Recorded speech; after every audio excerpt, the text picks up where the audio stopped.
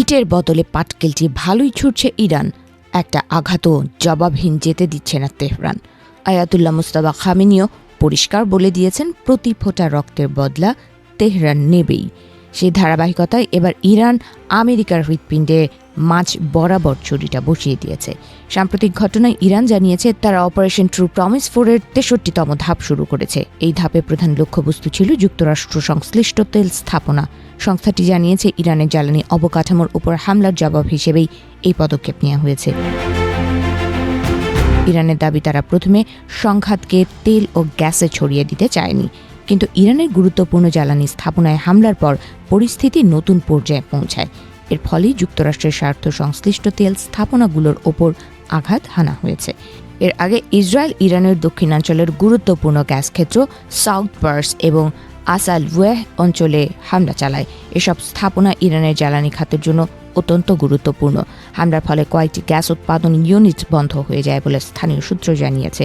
এই ঘটনার পরপরই ইরান উপসাগরীয় অঞ্চলের বিভিন্ন জ্বালানি স্থাপনার আশপাশে থাকা বেসামরিক লোকজনকে জরুরি ভিত্তিতে সরে যাওয়ার নির্দেশ দেয়। সতর্কতার তালিকায় ছিল সৌদি আরব, সংযুক্ত আরব আমিরাতের একাধিক তেল ও গ্যাস স্থাপনা।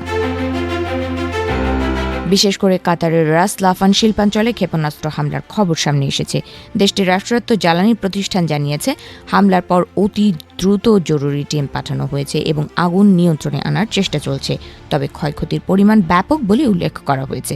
এদিকে ইরানের সামরিক কমান্ড সেন্টার খাতাম আল আম্বিয়া হেডকোয়ার্টার্স হুঁশিয়ারি দিয়ে বলেছে, ভবিষ্যতে যদি ইরানের জ্বালানি বা অর্থনৈতিক স্থাপনায় আবার হামলা হয়, তাহলে তার জবাব সরাসরি হামলাকারীর ভেতরে গিয়ে দেয়া হবে।